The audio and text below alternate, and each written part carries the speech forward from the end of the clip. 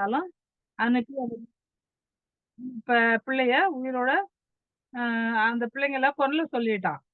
பொம்பள பிள்ளைங்கள உயிரோட விட்டுட்டான்.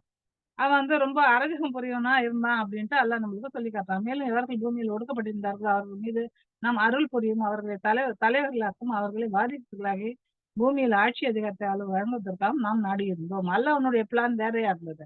யார அவன் கேவலப்படுத்துறானோ, அவங்கள வந்து தூக்கி விடணும்னு அல்லாஹ் வந்து நெனைச்சான். அவங்களுக்கு ஆட்சி அதிகாரம் கிடைக்க வைக்கணும் அப்படின்னு அல்லாஹ் நெனைச்சான். அல்லாஹ் நெனைச்சது நடக்குமா? ஃபிரௌன் நெனைச்சது நடக்குமா?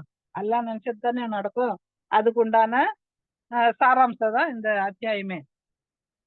6 மேலும் அவர்களின் மூலமாக பிறவனுக்கும், ஹாமானுக்கும் அவ்விருவரின் படையினருக்கும் அவர்கள் எதைப் பற்றி அஞ்சிக் கொண்டிருந்தார்களோ, அதை நாம் காண்பித்துக் கொடுக்கவும் நாடியிருந்தோம். அல்லாஹ்வுடைய பிளான் முன்னந்தே ஆயிடுச்சு. அவங்களுக்கு காட்டிக் கொடுக்கணும். ஏன்னா, ஹாமான் வந்து அ மூசா அலைஹிஸ்ஸலாமுடைய பெரியப்பா மகன் தான். அவனும் ஒரு பனு இஸ்ராயல் தான். அ பிறவன் தான் கிப்தி குலத்தவர சேர்ந்தவனா இருக்கான். அல்லாஹு அக்பர். மேலும் நாம் மூசாவின் தாயாருக்கு அறிவித்தோம். மூசா அலைஹிஸ்ஸலாம் மூசா நபிய பெத்து எடுத்துட்டாங்க. பெத்து எடுத்ததும் அவங்களுக்கு ஒண்ணும் புரியல. என்ன செய்றது இந்த பிள்ளைய வச்சு? ஃபிரௌனுக்கு தெரிஞ்சா இத வந்து கொன்னுடும். அதனால அவங்க என்ன செய்றாங்க, ரொம்ப பயப்படுறாங்க. அந்த நேரத்துல அல்லாஹ் அவங்களுக்கு வந்து வஹி இறக்குறான். சுப்ஹானல்லாஹ். அ அல்லாஹ் என்ன சொல்றான், இந்த குழந்தைக்கு பாலூட்டியதாக. இனி இதன் உயிருக்கு ஆபத்து வரும் என்று நீங்க அஞ்சினால் அதனை ஆற்றில் எறிந்துவிடும். நீர் யாதொரு அச்சமும் கவலையும் கொள்ள வேண்டாம். திண்ணமாக நாம் அவரை உம்மிடமே திருப்பி கொண்டு வந்து விடுவோம். மேலும் அவரை தூதர்களில் ஒருவராக ஆக்குவோம். அல்ஹம்துலில்லாஹ். ஒரு பக்காவான பேச்ச மூசாவினுடைய மூசா அலைஹிஸ்ஸலாம் அவங்க அம்மாவுக்கு அல்லாஹ் வந்து மனசுல உதிக்க செய்றான். அவங்களுடைய எண்ணத்துல அது உண்டாவுது. உண்டானதும் அவங்க என்ன செய்றாங்க, இறுதியில் ஃபிரௌனுடைய குடும்பத்தார் அக்குழந்தையை ஆற்றிலிருந்து கண்டெடுத்தார்கள். அவங்க என்ன பண்றாங்க, ஒரு பேழையில, ஒரு கூடையில வச்சு அந்த பிள்ளைய போத்தி விட்டு, நைல் நதியில விட்டுடுறாங்க. விட்டுட்டு அந்த பிள்ளையினுடைய அக்காவ, "இந்த குழந்தை எதுவரையிலும் அடிச்சிட்டு போகுது பாரு, இந்த பிள்ளைய யார் தூக்குறாங்க பார்த்துக்கோ" அப்படின்னு சொல்லியும் அவங்க அக்காவ அனுப்பி விடுறாங்க. அந்த பிள்ளை போகுது, நேரா நைல் நதி வந்து ஃபிரௌனுடைய அரச சபைக்கு உள்ள அந்த நதி போய் ஏன்னா அந்த காலத்துல இப்பயும் செஞ்சிருக்காங்க. நெறைய பேரு கடல்ல இருந்து உள்ள தண்ணி எல்லாம் வர்ற மாரி செஞ்சிருக்காங்க. ரொம்ப நாட்ல அந்த மாரி அழகுக்கு அலங்காரத்துக்கு செஞ்சு வச்சிருந்தாங்க. அதெல்லாம் அந்த காலத்துல அந்த ராஜாங்கங்கள்லாம் எப்படி செஞ்சாங்களோ, அத பார்த்து தான் இப்ப செய்றாங்கன்னு வைங்களேன். எதுவும் புதுசு இல்ல. அந்த காலத்துல எல்லாம் செஞ்சது தான் இப்ப செய்றாங்க. கொஞ்சம் ஃபேஷன் கொஞ்சம் கூட்டிக்கிறாங்க அவ்வளோதான். அதே மாரி ஃபிரௌனுடைய வீட்ல நைல் நதி போய் சேருது. அவங்க அதுலலாம் குளிப்பாங்க, யூஸ் பண்ணுவாங்க, அதெல்லாம் செய்வாங்க. அப்ப அந்த பிள்ளைய வர பார்த்து ஆசியா அம்மையார் என்ன செய்றாங்க, ஃபிரௌனுடைய மனைவி, "இந்த பிள்ளை வந்து ரொம்ப நல்லா இருக்கு. ஆம்பள பிள்ளையா இருக்கு. இத நம்ம எடுத்துக்கலாம். இத நீங்க கொலை பண்ணாதீங்க. இது வந்து நம்மளுக்கு வந்து கண்ணுக்கு குளிர்ச்சியா இருக்கும்." அப்படின்னு அவங்க சொல்றாங்க. அந்த பிள்ளைய எடுத்துக்கிறாங்க. ஃபிரௌனும் ஒத்துக்கிறான். என்ன செய்யறது? மனைவி சொல்றாங்களே அப்படின்ட்டு. ஏன்னா இது அல்லாஹ்வுடைய பிளான் இல்ல. அது நடந்து தானே தீரும். அதுதான் முக்கியமான பாயிண்ட்டா இருக்கு இங்க. அதாவது அந்த பிள்ளைய வந்து அவங்களுடைய கவலைக்கு காரணமா இருக்கணும் என்பதற்காக உண்மையில் ஃபிரௌனும், ஹாமானும் அவ்விருவருடைய ப படையினரும் தங்கள் திட்டத்தில் பெரிதும் தவற விட்டாங்க. மத்த இதெல்லாம் கரெக்ட்டா பண்ணாங்க. எந்த பிள்ளை பிறந்தாலும் கொலை பண்ணாங்க. ஆனா இந்த பிள்ளைய மட்டும் அவங்க விட்டுட்டாங்க. ஏன்னா, அது வந்து அவங்களுக்கு ஒரு சோதனையா அல்லாஹ் ஆக்கியிருக்கான். 9 ஃபிரௌனுடைய மனைவி அவனிடம் கூறினாள், "இக்குழந்தை எனக்கும் உங்களுக்கும் கண் குளிர்ச்சியாக உள்ளது. நீங்கள் இதனை கொன்று விடாதீர்கள். இக்குழந்தை நமக்கு பயனளிக்கலாம். அல்லது இதனை நாம் மகனாக தத்தெடுத்துக் கொள்ளலாம்." அவர்கள் விளைவை உணராமல் இருந்தார்கள். ஏன்னா, பின்னால வர்ற விளைவ வந்து அவங்க உணரல அப்படின்னு அல்லாஹ் சொல்லி காட்டுறான். 10 அங்கே மூசாவுடைய தாயாரின் உள்ளம் ஏங்கி தவித்துக் கொண்டிருந்தது. நமது வாக்குறுதியின் மீது நம்பிக்கை கொள்வோரில் அவரும் ஒருவராக வேண்டும் என்பதற்காக நாம் அவருடைய உள்ளத்தை உறுதிப்படுத்தவில்லையானால், நிச்சயமாக அந்த குழந்தையின் ரகசியத்தை அவர் வெளிப்படுத்த முனைந்திருப்பார். அதாவது மூசா அலைஹிஸ்ஸலாம் அவங்களுடைய அம்மாவனுடைய மனச அல்லாஹ் வந்து பக்காவா ஆக்கலன்னா, அவங்க லேசா இருந்திருந்தா யார்கிட்டயாவது சொல்லிட்டு இருப்பாங்க இந்த உண்மைய. இந்த மாரி நடந்துச்சு. நான் பிள்ளைய கூடையில வச்சு நைல் நதியில விட்டுட்டேன்னு சொல்லியிருப்பாங்க. ஆனாலும் அல்லாஹ் அவங்களுடைய மனச பக்காவா பண்ணி வச்சிருந்ததால, அவங்க யார்கிட்டயும் அந்த விஷயத்த சொல்லல. அவர் குழந்தையின் சகோதரியிடம் கூறினார், "அதை பின்தொடர்ந்தே செல்." இப்ப நான் சொன்னேன்ல அந்த அந்த பிள்ளையினுடைய அக்காவ, அவங்க தன்னுடைய பெண் பிள்ளைய, "அந்த பிள்ளை எங்க போகுது? அந்த பிள்ளைய யாரு எடுத்துக்கிறாங்க? நீ பார்த்துட்டு வா" அப்படின்னு சொல்லி அனுப்புறாங்க. அந்த பொண்ணு என்ன பண்ணுது, அந்த பிள்ளை போற வழியாவே போயிடுது. போய் பார்த்துன்னே இருக்கு. அப்ப மூசா அலைஹிஸ்ஸலாமுக்கு நெறைய பேர் வந்து பால் குடுக்க வராங்க. அரசாங்கத்துல. அந்த பிள்ளை வந்து யார்கிட்டயும் பால் குடிக்காத, "அல்லாஹ் நான் தடுத்தேன்" அப்படின்றான். அப்ப அந்த பொண்ணு சொல்லுது, அரச சபையில போயி, "இந்த குழந்தைய வந்து வளர்க்கும் பொறுப்ப கொள்ளக்கூடிய ஒரு வீட்டாரை பற்றி நான் உங்களுக்கு தெரிவிக்கட்டுமா?" அப்படின்னு அந்த பிள்ளை கேக்குது. அப்ப அவங்க சொல்றாங்க, ஆமா இது யாருகிட்டயும் பால் குடிக்க மாட்டோம்ன்னு சொன்னதும், இவ்வாறு நாம் மூசாவின் அவருடைய தாயாரிடம் திரும்ப கொண்டு வந்தோம். இது அல்லாஹ்வுடைய பிளான். அப்புறம் அந்த பிள்ளை வந்து தன்னுடைய அம்மாகிட்ட சொல்லுது. அம்மா போய் அந்த பிள்ளைக்கு பால் குடுக்குறாங்க. அந்த பிள்ளை பால் குடிக்குது. அவர் கண்குளிர்ந்து கவலை மறந்திருப்பதற்காகவும், அல்லாஹ்வின் வாக்குறுதி உண்மை என அறிந்து கொள்வதற்காகவும், அல்லாஹ்வுடைய பிளான் இது. அல்லாஹ் அந்த மாரி செஞ்சு ஏற்பாடு பண்ணி தரான். அப்புறம் மூசா அலைஹிஸ்ஸலாம் அம்மாவனுடைய அம் பால குடிச்சு அந்த பிள்ளை வளருது. அவங்க அரச சபையிலே இருந்தோனே அந்த பிள்ளைய வளர்க்குறாங்க. ஏன்னா அல்லாஹ் சொல்றான், "இது பெரும்பாலோர் அறிவதில்லை" அப்படின்றான். ஏன்னா அல்லாஹ்வுடைய பிளான். மேலும் மூசா வாலிபத்தை அடைந்து முழு வளர்ச்சியும் பெற்றபோது, நாம் அவருக்கு நுண்ணறிவும் ஞானத்தையும் வழங்கினோம். நன்மக்களுக்கு இவ்வாறே நாம் கூலி வழங்குகிறோம்.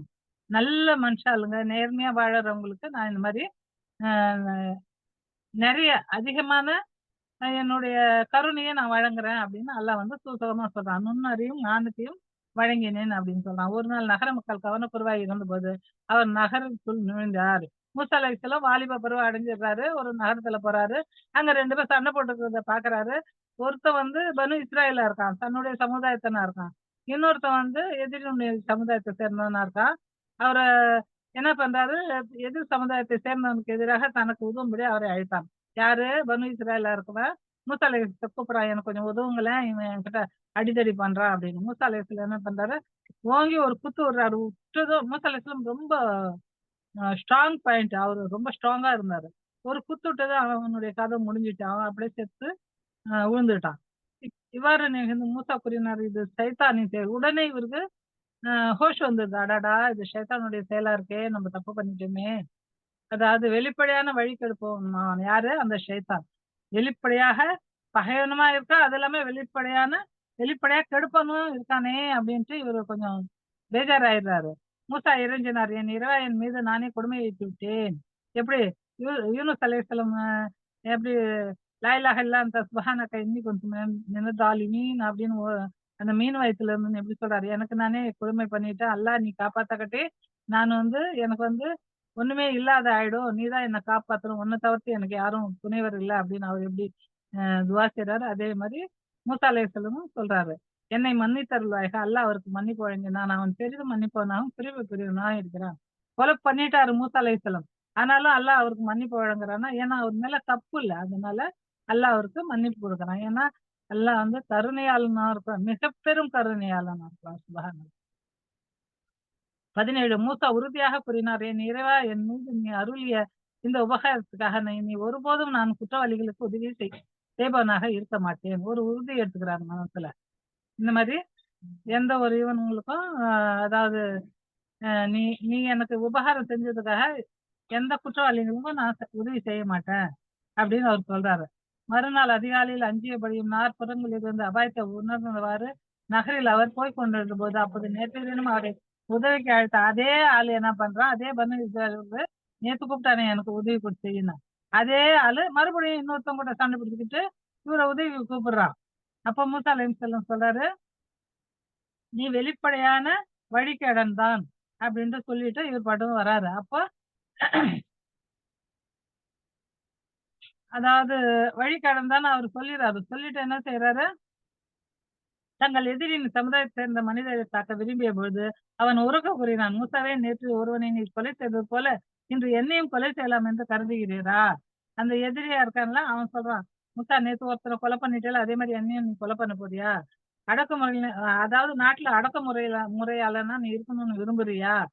அப்படின்னு சொல்றாரு. "நீ சீர்திருத்தவாதியா இருக்க விரும்பலையா?" அப்படின்ட்டு அந்த ஆள் சொல்றான். இதன் பின்னர் நகரின் கோடியிலிருந்து ஒருவர் ஓடி வந்து கூறினார், "மூசாவே, தலைவர்கள் உம்மை கொல்வதற்காக சதித்திட்டம் தீட்டிக் கொண்டிருக்கிறார்கள். ஏன்னா நீ நேத்து ஒரு கொலை பண்ணிட்டல்ல, அதனால இப்போ தலைவர்கள்லாம் சேர்ந்து உங்கள கொலை பண்ணிடணுன்ட்டு சதித்திட்டம் தீட்டின்னு இருக்காங்க. எனவே நீங்க இங்கிருந்து வெளிய எங்கனா போயிடுங்க. ஏன்னா உங்களுக்கு நல்லது செய்யணும்னு நான் நெனைக்கிறேன்." அப்படின்னு அவர் சொல்றாரு. இந்த செய்திய கேட்டதும் மூசா என்ன பண்றாரு, பயம் வந்துடுது மனசுல. எச்சரிக்கையோட அங்கிருந்து வெளியே போயிடுறாரு. சுப்சாப் அந்த நாட்ட விட்டு எகிப்து நாட்ட விட்டு மதியனுக்கு போயிடுறாரு. நடந்தே போயிடுறாரு. கால்ல செருப்பெல்லாம் பிஞ்சு போயிடுது. எந்த அளவுக்கு பசி, இலையும், பழத்தையும் காட்டுல என்ன கிடைக்குதோ அது தின்னுகிட்டு போயிடுறாரு. போய் மதியானம் போயிடுறாரு. மதியான நாட் அப்படின்ற ஒரு நாடு இருக்கு. அங்க போயிட்டு ஒரு பெரிய பாறங்கல் மேல உட்காந்துக்கிறாரு. அங்க மக்கள் எல்லாம் என்ன பண்றாங்க, தன்னுடைய கால்நடைங்களுக்கு தண்ணி ஏற்றி வச்சுன்னு இருக்காங்க. ஒரு நிமிஷம் இருங்கம்மா.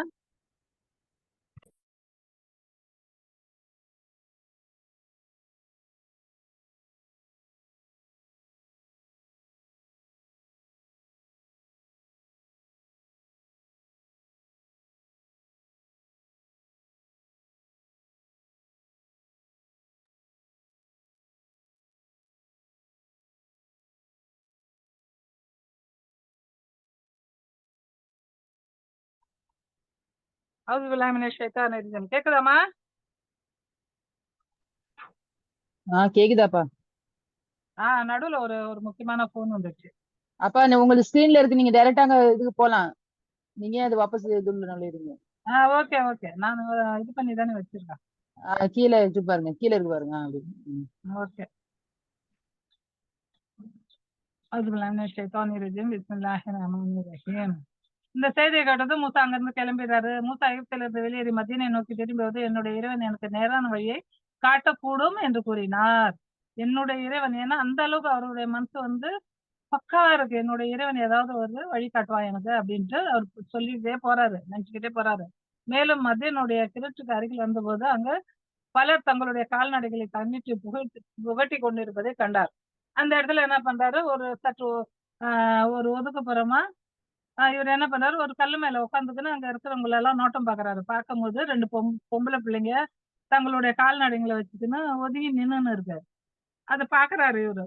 அப்படி பார்த்ததும் உடனே அந்த பிள்ளைங்கிட்ட போய் கேட்குறாரு, "உங்களுடைய பிரச்சனை என்னன்னு?" கேட்குறாரு. அவங்க சொல்றாங்க, "இவங்க இந்த இடையருங்கலாம் எல்லாம் அவங்களுடைய கால்நடைங்களுக்கு தண்ணி குடிக்க வச்சுட்டு போயிட்ட அப்புறம் கடைசியா நாங்க வந்து தண்ணி குடிக்க வைப்போம் எங்களுடைய கால்நடைங்களுக்கு." அப்படின்னு அவங்க சொல்றாங்க. ஏன்னா, அவங்க முதல்ல குடிக்க வச்சுருவாங்க. அப்புறம் லாஸ்ட்டா தான் நாங்க குடிக்க வைப்போம். ஏன்னா, எங்களால ம முன்ன குடிக்க வைக்க முடிக்க ம எங்களுடைய கால்நடைங்களுக்கு தண்ணி குடுக்க எங்களால முடியறதில்ல. மேலும் மேலும் எங்களுடைய தந்தை வந்து ரொம்ப வயசானவரா இருக்காரு அப்படின்னு அந்த பிள்ளைங்க சொல்லுது. இதை கேட்ட மூசா அவர்களுடைய கால்நடைகளுக்கு தண்ணீர் புகட்டினார். மூசா அலைஹிஸ்ஸலாம் என்ன பண்றாரு, சரி குடுங்க அப்படின்ட்டு ஒரு 10 பேர் சேர்ந்து தூக்க முடியாத ஒரு கல்ல தூக்கி நவுத்திட்டு, வேற ஒரு இடத்துல அந்த கால்நடைங்களுக்கு தண்ணி குடிக்க வைக்கிறாங்க மூசா அலைஹிஸ்ஸலாம். பிறகு ஒரு நிழலில் போய் அமர்ந்து கூறினார், என் இறைவா, நீ எனக்கு இறக்கி அருளுகின்ற நன்மை எதுவாயினும் நான் அதன் பக்கம் தேவையுடையவனாக இருக்கிறேன். அதாவது ரப்பி இன்னி லீமா அன்சல்த இளைய மின் ஹைர பக்கீர். அதாவது உன்னுடைய எல்லா அருளுக்கும் நான் ரொம்ப தேவையுடையவனா இருக்கேன் யா அல்லாவே அப்படின்ட்டு அவர் சொல்றாரு.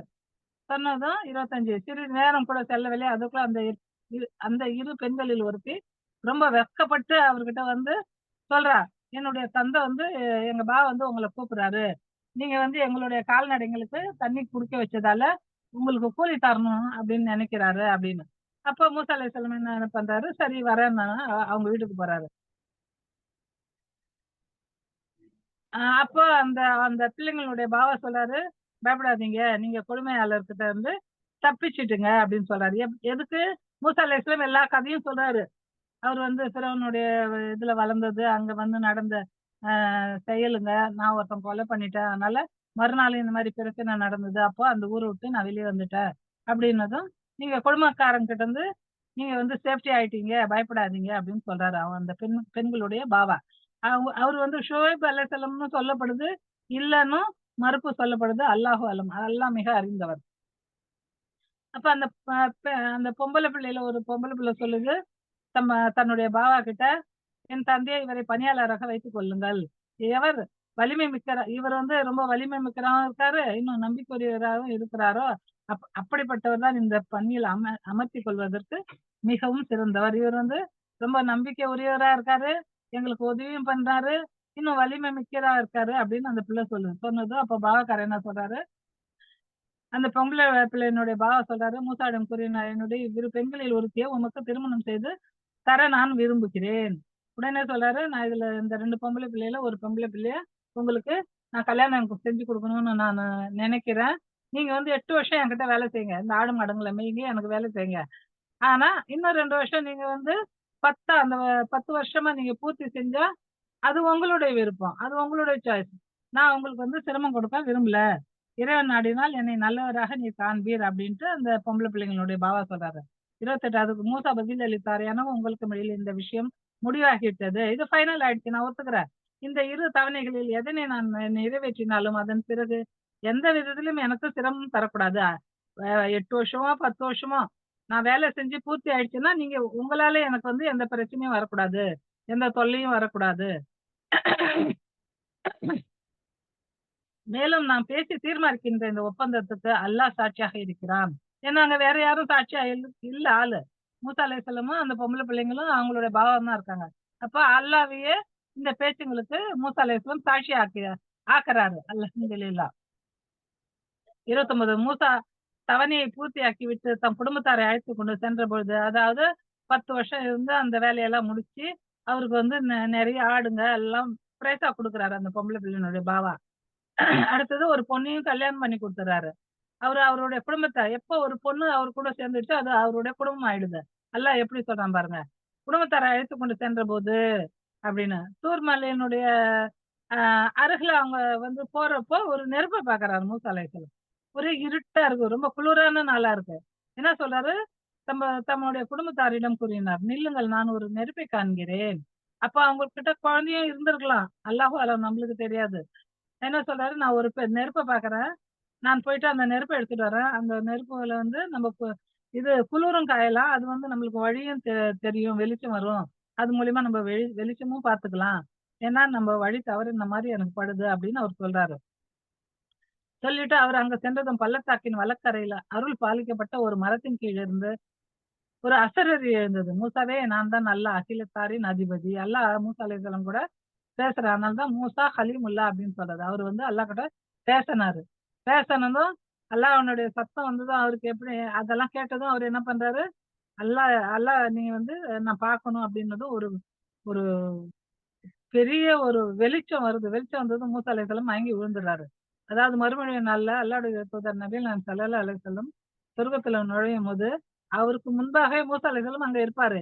ஏன்னா, அவருக்கு முன்னயே அந்த மயக்கம் குடுத்து அல்லாஹ் வந்து எழுப்பிட்டான்ல. அப்ப அவரு அங்க சொர்க்கத்துல இருப்பாருன்னும் அல்ஹம்துலில்லாஹ் ஹதீஸ்ல சொல்லப்படுது. மேலும் கட்டளையிடப்பட்டது உங்களுடைய கைத்தடி கீழே போடும். அல்லாஹ் சொல்றான் உங்களுடைய கைத்தடி கீழே போடும். அந்த தடி பாம்பு போல அசைந்து நிழுவதை மூசா கண்டபோது பின்னோக்கி ஓடினார். அப்ப அல்லாஹ் சொல்றான், மூசாவே ஓடாதீங்க, திரும்பி வாங்க, பயப்படாதீங்க. நீங்க வந்து பாதுகாக்கப்பட்டவங்களா இருக்கீங்க அப்படின்னு அல்லாஹ் சொல்றான். உடனே மூசா அலைஹிஸ்ஸலாம் என்ன பண்றாரு, அ உங்களுடைய கைய அல்லாஹ் சொல்றான் உங்களுடைய கைய உங்க சட்டப்பையில போடுங்கன்னு. போட்டு பார்த்ததும் கை அப்படியே பிரகாசிக்குது. ஒரே வெளிச்சம். மாசு மறுவின்றி மேலும் அச்சத்தை போக்குவதற்காக உங்களுடைய தோள்களையும் நெருக்கமாக வையும். நீங்க ரொம்ப பயப்படுறீங்கல்ல, உங்களுடைய கைய வந்து இப்படி நெஞ்சில கட்டி வச்சு இப்படி நெருக்கமா வைங்க அப்படின்னு நல்ல ஐடியா சொல்லிக் குடுக்குறான். இவை 2ம் இறைவனிடம் உள்ள தெளிவான சான்றுகளாகும். இந்த சான்றுகள எடுத்துக்கிட்டு நீங்க ஃபிரௌன் கிட்ட போங்க. இந்த கைத்தடி வந்து பாம்பா மாறும். அவன் எதிர்க்க போடுங்க. உங்க கைய சட்டப்பையில கக்கத்துல விட்டு இந்த கைய எடுங்க. அது வந்து வெளிச்சம் உள்ளதா வரும். இது 2ம் உங்களுக்கு குடுக்குறேன் நான் அத்தாட்சி. இத எடுத்துன்னு போய் ஃபிரௌன் கிட்ட போங்க. ஏன்னா, அவனோட அவை பிரமுகர்களிடம் சமர்ப்பிப்பதற்காக. ஏன்னா, அவன் அவையில இருக்கவங்கலாம் அத நம்பணும். அதுக்காக நீங்க போங்க. அவங்க வந்து ரொம்ப கீழ்ப்படியாத மக்களா இருக்காங்க அப்படின்னு அல்லாஹ் சொல்றான். அப்ப மூசா சொல்றாரு, என்னுடைய அதிபதியே நான் அவர்களில் ஒருவரை கொன்று விட்டேன். எனவே அவர்கள் என்னை கொன்று விடுவார்களே என்று நான் அஞ்சுகிறேன். அதுல ஒருத்தன வந்து ஒரு கிட்டி குளத்துக்காரன நான் கொன்னுட்டேன். அதனால அவங்க என்ன கொன்னுடுவாங்களோ இன்னும் பயப்படுறேன் அப்படின்னு. அப்ப மேலும் என்னுடைய சகோதரர் ஹாரூன் என்னை விட அதிகமான நாவன் உடையவராக இருக்கிறார். ஏன்னா, மூசா அலைஹிஸ்ஸலாம் அந்த ஃபிரௌனுடைய இதுல வந்து ஒரு சொல்லப்படுது. ஃபிரௌன் என்ன பண்றான், அந்த பிள்ளைய டெஸ்ட் பண்றதுக்காக ஒரு இதுல தட்டுல பூவையும், ஒரு தட்டுல நெருப்பையும் வைக்கிறான். அந்த பிள்ளை என்ன பண்ணுது, நெருப்பு எடுத்து வாயில போட்டுக்குது. அதுக்கு வந்து நாக்குல ஒரு முடிச்சு மாரி வந்துருது. அது கொஞ்சம் திக்கி திக்கி பேசுறதா இருக்கு. அப்படின்ட்டு ஹதீஸ்ல வருது. அல்லாஹு ஆலம். அப்ப மூசா அலைஹிஸ்ஸலாமும் கொஞ்சம் திக்கி திக்கி பேசுறவரா இருக்காரு.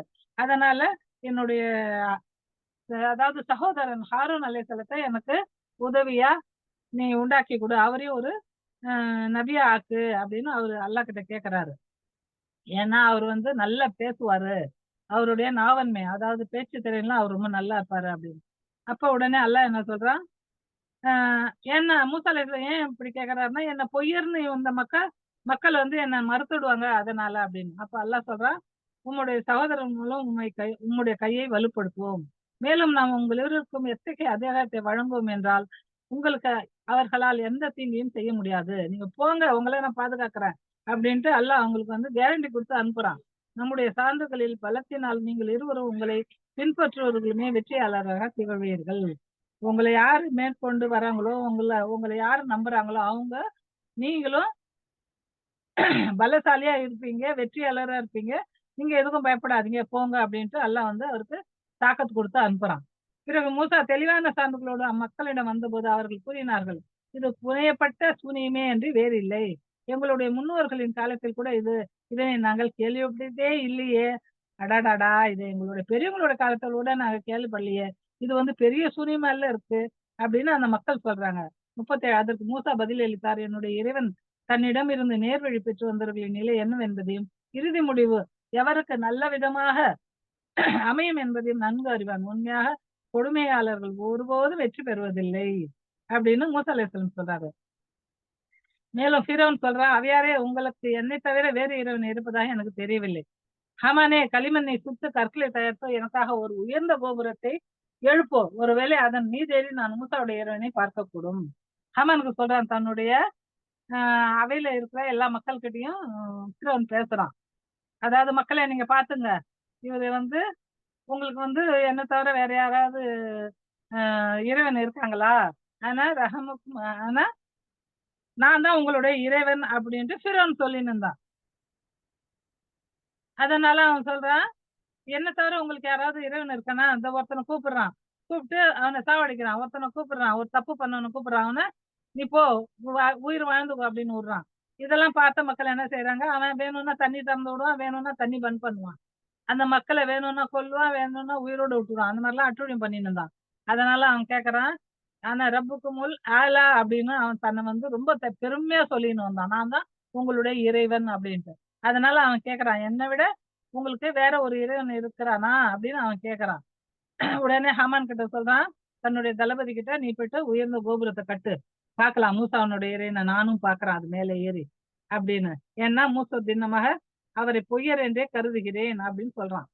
உடனே 39 அவனும் அவனுடைய படைகளும் பூமியில் நியாயமின்றி தற்பெருமை கொண்டார்கள். மேலும் அவர்கள் எப்போதும் நம் பக்கம் திரும்பி வர வேண்டியதில்லை என்று கருதி கொண்டார்கள். அல்லாஹ் சொல்றான், என் பக்கம் அவங்க வர வேண்டாம் அப்படின்னு நினைச்சுன்னு இருக்காங்க. இருக்கட்டும் பார்த்துக்கிறோம் ஒரு கை அப்படின்னு அல்லாஹ் மனசுக்குள்ள சொல்றான். 40 இறுதியில் நாம் அவனையும் அவனுடைய படைகளையும் பிடித்தோம். எங்க பிடிச்சா? கடல்ல, நடு கடல்ல. எந்த நேரத்துல? கடலை எல்லாரையும் முழுகடிச்சோம்ல, அந்த நேரத்துல அல்லாஹ் சொல்றான், நான் அவங்களை பூரா பிடிச்சேன், சிதறெடுத்தோம், கடலில் சிதறெடுத்தோம். இப்போது பார்த்துக் கொள்ளுங்கள் அந்த கொடுமையாளர்களின் கதி என்னவாயிற்று என்பதை. ஏன்னா அல்லாஹ் தான் முன்னே பிளான் பண்ணி வச்சுட்டான்ல, அவங்களுக்கு வந்து இதுதான் முடிவுன்ட்டு. 41 நான் அவர்களை நரகத்தின் பக்கம் அழைக்கும் தலைவர்களாக ஆக்கினோம். அதாவது யார் யாரு நரகத்துல போறாங்களோ எல்லாருக்கும் தலைவன் யாரு? ஃபிரௌன் தான். அததான் அல்லாஹ் இங்க நம்மளுக்கு சொல்லி காட்டுறான். நவுதுபில்லா. அல்லாஹ் எல்லாரையும் இந்த மாதிரி ஒரு இதுல இருந்து அல்லாஹ் காப்பாற்றணும். ஆமீன். அதாவது அவங்களுக்கு மறுமை நாளில் எங்கிருந்து எந்த உதவியும் அவர்களுக்கு பெறப்பட முடியாது அப்படின்னு அல்லாஹ் முன்னே டிக்ளேர் பண்ணிட்டான். 42 இவ்வுலகில் சாபம் அவர்களை தொடரும்படி செய்தோம். மேலும் அருமை நாளில் அவர்கள் மிகவும் அருவருப்பான நிலைக்கு ஆளாவார்கள். ரொம்ப அருவருப்பா இருப்பாங்களாம். ஏன்னா அவங்களுடைய குடலையே அவங்களே தூக்கி நடப்பாங்களாம். அப்படியே கொழன்னு சரியுமா. நல்லா கொஞ்சம் கற்பனை பண்ணி பாருங்க எப்படி இருக்கும் அந்த நிலைமை. நல்லா எல்லாரையும் காப்பாற்றணும். அதாவது ஃபிரௌனும் அவனுடைய கூட்டத்தாரும் அந்த மாதிரி மோசமான நிலைக்கு உட்படுத்தப்படுவாங்கன்னு அல்லாஹ் டிக்ளேர் பண்றான். 43 மேலும் முந்தைய தலைமுறையினர் நவுதுபில்லா. அல்லாஹ் வந்து எல்லாரையும் காப்பாற்றணுமா.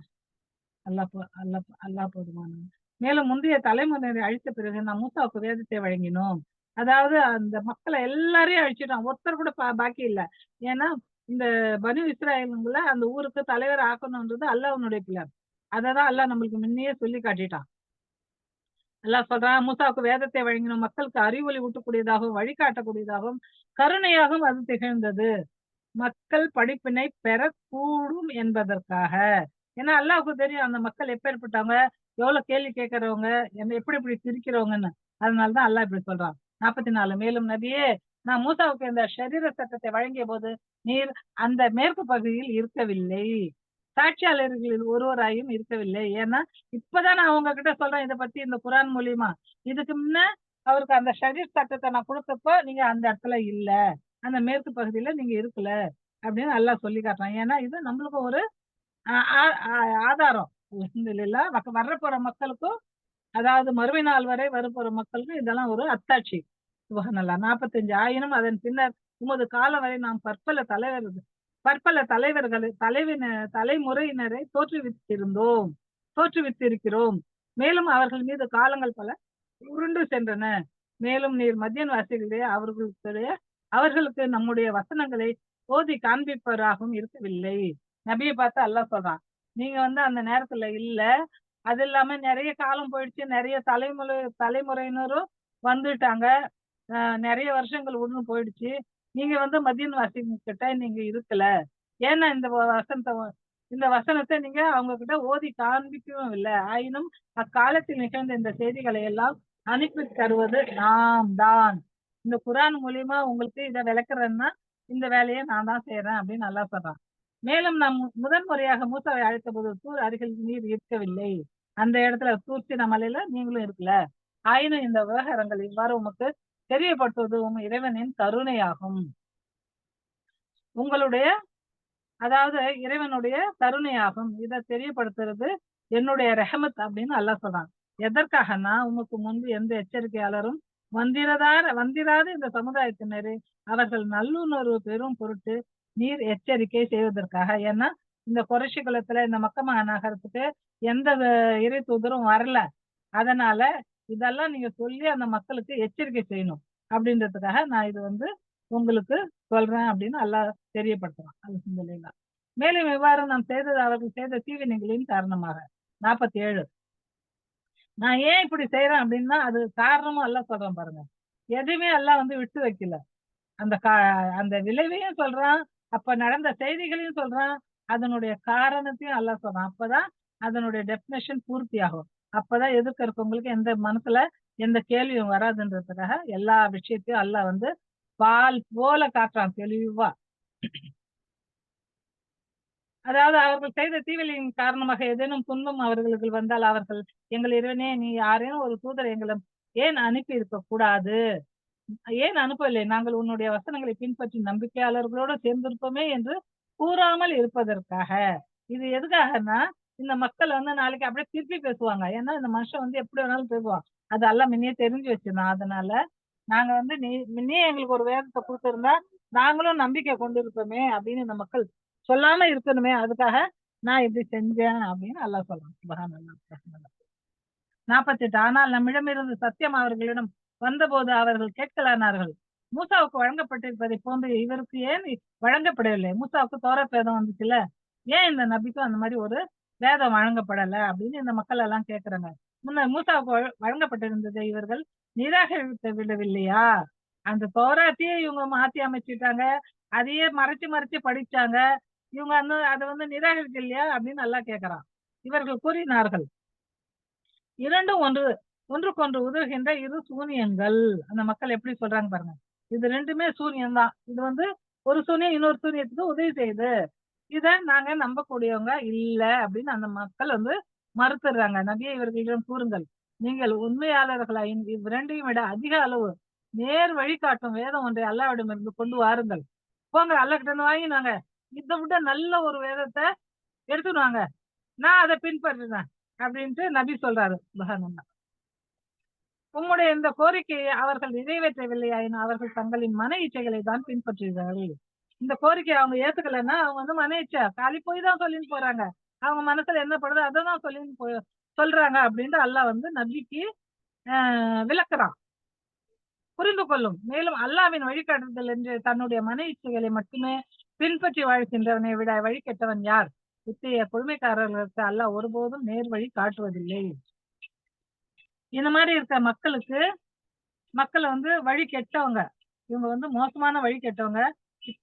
இது போல ஒரு கொடுமையாளருக்கு அல்லாஹ் ஒருபோதும் நேர் வழி காட்ட மாட்டான் அப்படின்னு அல்லாவே தனக்குத்தானே அல்லாஹ் சொல்லிக்கிறான். மேலும் 51 மேலும் தொடர்ந்து அறிவுரை மிக்க வார்த்தைகளை அவர்களுக்கு கிடைக்க செய்திருக்கின்றோம். அந்த தௌராத் வேதம் வந்து அறிவுரை மிக்க வார்த்தை அப்படின்னு அல்லாஹ் சொல்றான். அவர்கள் அலட்சியத்தில் இருந்து வீழ்த்தெழ வேண்டும் என்பதற்காக. ரொம்ப அலட்சியமா இருக்காங்க அந்த மக்கள். அவங்க வந்து புரிஞ்சுக்கணும் அப்படின்றதுக்காக. இதற்கு முன்பு எவர்களுக்கு நாம் வேதம் வழங்கியிருந்தோமோ அவர்கள் குர்ஆன் ஆகிய இதன் மீது நம்பிக்கை கொள்கிறார்கள். இதுக்கு முன்ன அதாவது மூசா அலைஹிஸ்ஸலாத்துக்கு முன்ன, அதாவது இப்ராஹிம் அலைஹிஸ்ஸலாம் அவங்களுக்கு முன்ன இருக்கிற மக்கள் எல்லாம் இந்த குர்ஆன் மேல நம்பிக்கை கொள்றாங்க அப்படின்னு அல்லாஹ்வே சொல்றான். மேலும் இந்த வேதம் அவர்கள் ஓதி காண்பிக்கும் பொழுது நாங்கள் இதன் மீது நம்பிக்கை கொண்டோம். உண்மையாக இது எங்கள் இறைவனிடமிருந்து வந்த சத்தியமாகும். நாங்களே முன்பிருந்தே முஸ்லிம்களாக கீழ்ப்படிந்தவர்களாக இருந்து வருகிறோம் என்று கூறுகிறார்கள்.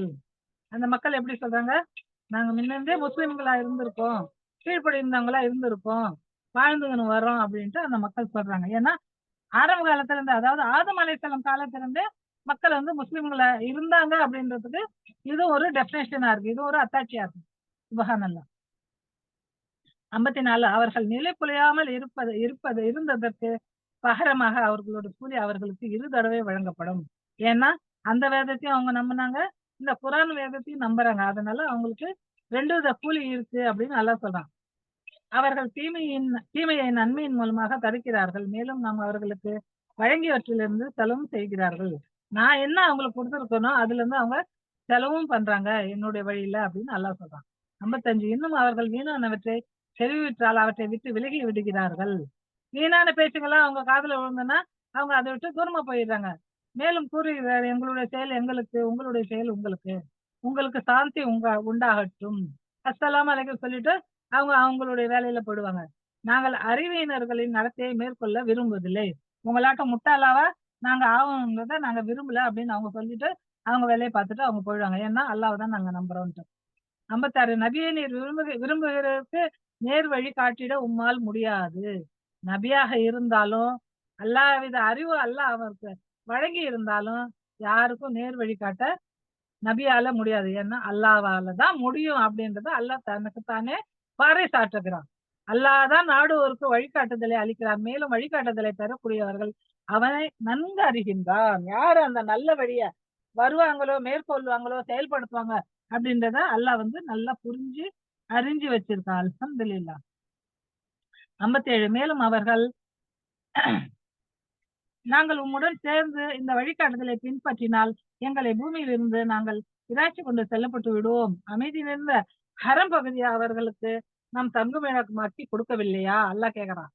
அதாவது நாங்க உங்க கூட சேர்ந்து இந்த வழிகாட்டுதல பின்பற்றுனா, எங்கள வந்து இறைஞ்சுகிட்டு செல்லப்படுவோமா? அப்படின்னு கேக்குறாங்க. ஏன்னா இந்த அமைதி மிகுந்த ஹரம் பகுதி அவர்களுக்கு இருக்க இடமா நான் பண்ணி கொடுக்கலையா? அப்படின்னு அல்லாஹ் கேக்குறான். நம்மிடமிருந்து உணவு எனும் முறையில் அனைத்து விதமான கனிகளும் அதன் பக்கம் கொண்டு வரப்படவில்லையா? எல்லா வித கனி வகைகளும் அந்த ஹரம் ஷரீஃப்ல கிடைக்குது. இன்னைக்கும் கிடைக்குது, நாளைக்கும் கிடைக்குது. இதெல்லாம் கொண்டு வரலையா? ஆயினும் அவர்களில் பெரும்பாலோர் அறிந்து கொள்வதில்லை. அதனால நீங்க புரியாம இருக்கீங்களே மக்களே அப்படின்னு அல்லாஹ் கேட்கிறான். மேலும் எத்தனையோ ஊர்களை நாம் அழித்து விட்டு இருக்கிறோம். அந்த ஊர் மக்கள் தங்களுடைய அதிகப்படியான வாழ்க்கை வசதிகளை குறித்து கர்வம் கொண்டிருந்தார்கள். அவங்களுக்கு எக்கச்சக்கமான வசதி வாய்ப்பு இப்ப இருக்கிற என்ன வசதி? இத விட நல்ல நல்ல வசதி அந்த காலத்துல அந்த மக்கள் எல்லாம் அடைஞ்சிருந்தாங்க. தங்க பைசா வச்சிருந்தாங்க. தங்கம் கொட்டுச்சு அவங்க கிட்ட. அந்த மாரி எல்லாம் அல்லாஹ் வச்சிருந்தான். சாதாரண மக்கள்லாம் பெரிய பெரிய பணக்காரவங்களா இருந்தாங்க. அத பார்த்து தானே இந்த லண்டன்காரன் இந்தியா மேல படையெடுத்து வந்து இங்க இருக்கிறதெல்லாம் கொள்ளை அடிச்சுக்கிட்டு போய் தான் ஊர்ல எடுத்துட்டு போய் வச்சிருக்கான். கோஹினூர் வைரத்த கூட எடுத்துட்டு போய் வச்சிருக்கான். இங்க இருந்த நல்ல நல்ல பெரிய பெரிய அந்த காலத்து புக்குங்க அது இது எல்லாமே எடுத்துட்டு போய் வச்சிருக்கான். திப்பு சுல்தான் வச்சிருந்த எல்லா வித பொருளுங்களையும் அவன் அங்க எடுத்துட்டு போய் வச்சிருக்கான். சுப்ஹானல்லாஹ். அதாவது அந்த மக்கள் வந்து கர்வம் வச்சிருந்தாங்க. இதோ பார்த்துக் கொள்ளுங்கள். இவைகள் அவர்கள் குடியிருந்த இல்லங்கள். இவற்றில் அவர்களுக்கு பின்னர் யாருமே வசிக்கவில்லை. ஒரு சிலரை தவிர. இறுதியில் நாமே வாரிசுலாக்கி விட்டோம்.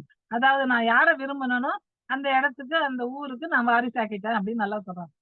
59 மேலும் உம் இறைவன் எந்த ஊர்களையும் அழிப்பவனாக இருந்ததில்லை. எதுவரையிலும்னா அவற்றின் மத்தியில் மக்களுக்கு நம்முடைய வசனங்களை ஓதி காட்டும் தூதர் ஒருவரை அனுப்பாத வரையில் எந்த ஊருக்கும் இறை தூதரை நான் அனுப்பாம இல்ல. அவர் போயிட்டு அந்த மக்களுக்கு விளக்காம இல்ல. எந்த மக்கள் வந்து வழி தவறி நடந்தாங்களோ அவங்களுக்கு அந்த இறை தூதர் நம்மளுடைய வசனங்களை ஓதி காட்டாத வரையில் அவர் ஓதி காட்டுவார். ஆனாலும் அந்த மக்கள் வந்து அவரை ஏத்துக்க மாட்டாங்க. அதாவது ஊரில் வாழ்பவர்கள் கொடுமை புரிபவர்களாக இருந்தாலே தவிர இந்த ஊராரை நாம் அழிப்பவர்கள் அல்லர். அதாவது அவங்க ஏத்துக்காதவர்களும் அந்த ஊருக்கு ஒரு தூதரை அனுப்பாதவர்களும் நான் அந்த ஊரை அழிக்கிறது இல்ல அப்படின்னு நல்லா சொல்றேன். சுபஹானல்லாஹ்.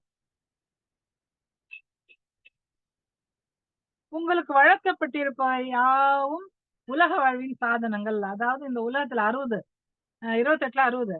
அதாவது உங்களுக்கு என்னென்ன நான் கொடுத்திருக்கனோ இதெல்லாம் இந்த உலகத்துலதான் உங்களுக்கு யூஸ் ஆகும். மறுமையில இதனுடைய எந்த பலனும் இல்ல. அததான் அல்லாஹ் இங்க சொல்லி காட்டுறான்.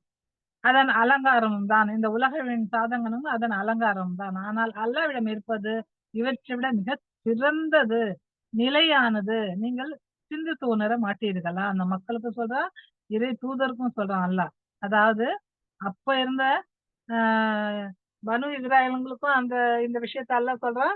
அதே மாரி இந்த மக்கமா நகரத்துல இருக்க இந்த குறைஷிக்காரங்களுக்கும் அல்லாஹ் இந்த விஷயத்த சொல்றான்.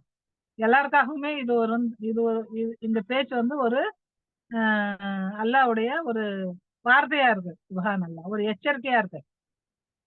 என்கிட்ட இருக்கிறது தான் உங்களுக்கு வந்து நிலையானது, சிறந்தது அப்படின்னு நான் சூஸ் பண்ணி வச்சிருக்கேன். அத நீங்க விரும்புங்க.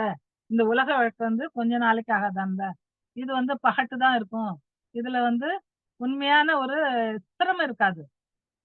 அப்படின்ட்டு அல்லாஹ் சொல்லி காட்டுறான். இது வந்து கொஞ்ச நாள் உங்களுடைய வாழ்வினுடைய சாதனங்கள் அப்படின்றான். 61 எவனுக்கு நாம் நல்ல வாக்குறுதி அளித்து அவன் அதனை அடையவும் இருக்கிறானோ அவன் நம் உலக வாழ்க்கையின் வசதிகளை மட்டும் வழங்கி பிறகு மறுமையில் தண்டனைக்காக கொண்டு வரப்பட இருக்கிறவனுக்கு சமம் ஆவார்களா? அதாவது இந்த உலகத்துல அவனுக்கு நல்ல வாழ்க்கை வசதியை தந்து சிறப்புகளை தந்து எல்லா வித வசதியும் தந்து செல்வத்தையும் தந்து இருக்கவனும் இருக்கவனும் இன்னும் அல்லாவுக்கு பயந்து நடந்திருக்கான் பாருங்க. அவனும் சரிசமம் ஆவாங்களா அப்படின்னு அல்லாஹ் கேக்குறான். ஏன்னா எல்லா வசதி வாய்ப்பையும் குடுத்து, என்ன இவன வந்து என்ன இறைவனா எடுக்காம, மற்றதெல்லாம் இறைவனா எடுத்துக்கிட்டு இவன் தன் மனம் போனபடி இவன் வாழ்ந்துகின்னு இருப்பான். இவனும் அல்லாஹ்வுடைய கட்டளைக்கு அஞ்சி அல்லாஹ் எந்த கட்டளைய சொன்னானோ, அதன்படி மேற்கொண்டு நடக்கிறவனும் சரியாவாங்களா அப்படின்னு அல்லாஹ் கேள்வி கேட்கிறான் நம்மள பார்த்து. மேலும் அந்த மறுமை நாளை இவர்கள் மறந்துவிடக் கூடாது. அன்று இறைவன் அவர்களை அழைத்து கேட்பான். எனக்கு யாரை இணை வைப்பார்கள் என்று நீங்கள் எண்ணிக்கொண்டிருந்தீர்களோ அவர்கள் எங்கே அப்படின்னு கேட்பான்ல. நாளைக்கு மறுமையில என்ன பண்ணுவான்ல, நீங்க வச்சுன்னு வணங்கி நின்றீங்களே எனக்கு நிகரா இந்த இந்த புத்தளங்க தான் உங்களுக்கு நன்மை செய்துன்னு, இந்த ஷைத்தான் தான் உங்களுக்கு நன்மை செய்துன்னு நீங்க நினைச்சுன்னு இருந்தீங்களே, அதை உழுந்து உழுந்து வணங்கி நின்றீங்களே, அதுக்காக உங்களுடைய பொருள் எல்லாம் செலவு பண்ணி நின்றீங்களே, அதுக்கு வகை வகையான சாப்பாடு செஞ்சு தந்தீங்களே, அதுக்கு வகை வகையான பூங்கள போட்டு அதுங்கள போர்த்தி துணிய கட்டி நகைய போட்டு அழகு பார்த்தீங்கல்ல, அந்த உங்க உங்க இணையாளர் எல்லாம் எங்க இருக்காங்க? கூட்டிட்டு வாங்க அப்படின்னு எல்லாம் சொல்லுவான். 63 இந்த கேள்வி எவர்களுக்கு பொருந்துமோ அவர்கள் கூறுவார்கள், எங்கள் இறைவா திண்ணமாக நாங்கள் வழி கெடுத்தது அதாவது நாங்கள் வழி கெடுத்தது இவர்களைத்தாம். நாங்கள் எவ்வாறு வழி கெட்டு போனோமோ அவ்வாறே இவர்களையும் நாங்கள் வழி கெடுத்தோம். நாங்க கெட்டு போனது இல்லாம எங்க கூட இருந்தவங்களையும் எங்க பேச்சு கேட்கறவங்களையும் எங்களோட எங்களுக்கு கீழ இருந்தவங்கள நாங்க வழி கெடுத்தோம். அதுக்கு நாங்களே சாட்சியா இருக்கோம் அப்படின்னு அவங்களே அவங்க வாயால சொல்லுவாங்க. அவ்வாறு இவர்களையும் வழி கெடுத்தோம். இதற்கு நாங்கள் பொறுப்பல்ல என்று உம் முன்னிலையில் முறையிடுகிறோம். இவர்கள் எங்களை ஒன்றும் வணங்கி கொண்டிருக்கவில்லை. அவங்க வந்து எங்கள வணங்கின்னு இருக்கல.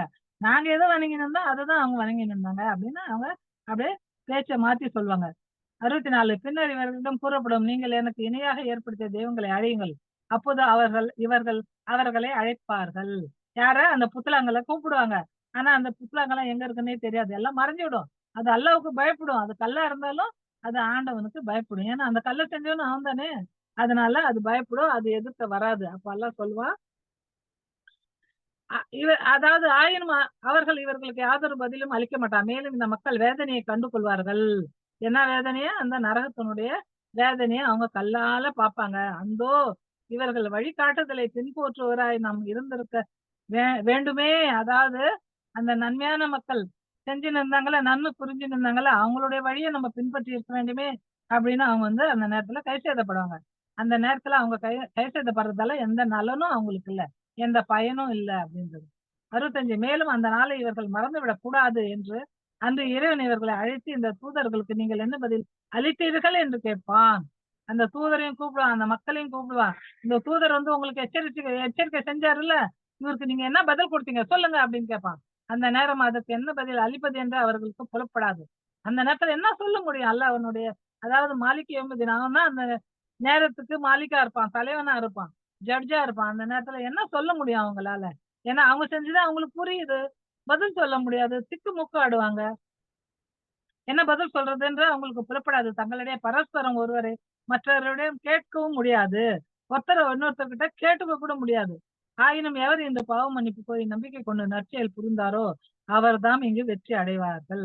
யாரு பாவ மன்னிப்பு தப்பு பண்ணிட்டாங்க ஆனாலும் யாரா நான் தப்பு பண்ணிட்டேன் என்ன மன்னிச்சுடு அப்படின்ட்டு அல்லாஹ் கிட்ட மன்னிப்பு கேட்டு யாரு நேர்வழியில நடந்தாங்களோ அவங்கதான் வெற்றியாளர்கள் அவங்கதான் வெற்றி அடைஞ்சவங்க அந்த மறுமையினுடைய நாள்ல அப்படின்னு அல்லாஹ் சொல்றான். 68. மேலும் உம்முடைய இறைவன் தான் நாடுவரை படைக்கிறான். இறைவன் தான் எல்லாரையும் படைக்கிறான், எல்லாத்தையும் படைச்சான். மேலும் தன்னுடைய பணிக்காக தான் நாடுவோரை தேர்ந்தெடுத்தும் கொள்கிறான். இப்படி தேர்ந்தெடுப்பது இவர்கள் செய்கின்ற பணி அன்று. அல்லாஹ் தூய்மையானவன், மிகவும் உயர்ந்தவன். இவர்கள் செய்யும் இணை வைப்பு செயலில் இருந்து, அதாவது நீங்க வந்து உங்கள நீங்க தேர்ந்தெடுக்கிறதோ, உங்களுக்காக நீங்க உங்க இறைவனை தேர்ந்தெடுக்கிறதோ, இதெல்லாம் நீங்க செய்யற வேலை. அல்லாஹ் வந்து தூய்மையானவன். அவன் மிகவும் உயர்ந்தவன். அதாவது இவங்க செய்யற இணை வைப்புக்கு அவங்க வந்து அல்லாஹ் வந்து ஒருபோதும் ஏற்றுக்கொள்ள மாட்டான் அப்படின்னு அல்லாஹ் சொல்லி காட்டுறாங்க. இவர்கள் தங்கள் உள்ளங்களில் மறைத்து வைத்திருப்பவற்றை வெளிப்படுத்துகின்றவற்றையும் உம்முடைய இறைவன் நன்றாக அறிவான். அவங்க என்ன மனசுல வச்சிருக்காங்க, அவங்க என்ன சொல்லணும்னு நினைக்கிறாங்க, ஆனா அவங்க என்ன சொல்றாங்க, மனசுல ஒண்ணு இருக்கும், வெளியே சொல்றது ஒண்ணு இருக்கும். அதெல்லாம் அல்லாஹ்வுக்கு தெரியும். என்னுடைய இறைவன் நன்கு அறிவான் அப்படின்ட்டு அல்லாஹ் சொல்றான். அல்லாஹ்வும் சொல்றான், நபியும் சொல்றாரு. 70. அவனே அல்லாஹ், வணக்கத்துரிய இறைவன். அவனை தவிர வேறு யாரும் இல்லை. சுப்ஹானல்லாஹ் ஹுவல்லாஹுல்லதி லா இலாஹ இல்லாஹுவ லஹுல் ஹம்து ஃபில் ஊலில் வல் ஆஹிரதி வலஹுல் ஹுக்ம் வ இலைஹி துர்ஜஊன். அவனே அல்லாஹ், அவன் வணக்கத்துக்குரிய இறைவன். அவனை தவிர வேறு யாரும் இல்லை. அனைத்து புகழும் அவனுக்கே, இம்மையிலும் மறுமையிலும் ஆட்சி அதிகாரம் அவனுக்கே உரியதாகும். இத வந்து ஒரு பிரார்த்தனையா கூட நம்ம ஓதலாம். அல்ஹம்துலில்லாஹ். பிரார்த்தனை தான் இது. அதாவது ஆட்சி அதிகாரம் அவனுக்கே உரியதாகும். மேலும் அவனிடமே நீங்கள் அனைவரும் திரும்ப கொண்டு வரப்படுவீர்கள். அல்ஹம்துலில்லாஹ். 71. நபியே, இவர்களிடம் கேளும், நீங்கள் என்னென்றும் சிந்தித்ததுண்டா? அல்லாஹ் இரவை உங்கள் மீது மறுமை நாள் வரை நிரந்தரமாக்கி இருந்தால் அல்லாஹ்வை தவிர வேற எந்த கடவுளால் இந்த உங்களுக்கு ஒளியை தர முடியும்? இந்த இரவு வந்து நபியே நீங்க கேளுங்க, இந்த இரவு வந்து உங்க மேல மறுமை நாள் வரலும் அல்லாஹ் நீடிக்க வச்சுட்டான்னா, நிரந்தரமாக்கி வச்சுட்டான்னா, அல்லாஹ்வை தவிர வேற எந்த கடவுளால இந்த ஒளிய, இந்த பகல உங்களுக்கு குடுக்க முடியும்? அப்படின்ட்டு அல்லாஹ் கேட்கிறான். நபியே நீங்க கேளுங்க. நீங்கள் செவியுறுவதில்லையா? செவியேற்பதில்லையா? கேளுங்க அப்படின்னு அந்த மக்களுக்கும் சொல்றான்ல, நபிக்கும் சொல்றான். சுப்ஹானல்லாஹ். 72. மேலும் இவர்களிடம் கேளும், நீங்கள் என்றென்றும் சிந்தித்ததுண்டா? கேளுங்க நபியே, உங்ககிட்ட கேளுங்க. நீங்க எப்பயாவது யோசனை பண்ணி பார்த்திருக்கீங்களா? அல்லாஹ் பகலை மறுமை நாள் வரை நீட்டி விட்டான். உங்க மேல நிரந்தரமாக்கிட்டான். அப்பன்னா உங்களுக்கு நீங்க வந்து ஆராம் பண்றதுக்கு உங்களுக்கு இரவை யார் தருவா? அந்த அல்லாஹ்வை தவிர வேற எந்த கடவுளால இது கொண்டு வர முடியுமா? இது உங்களுக்கு புரியலையா? அப்படின்னு கேட்கறாங்க. அவன் தன்னுடைய கருணையினால் தான் உங்களுக்காக இரவையும் பகலையும் படைத்திருக்கின்றான்.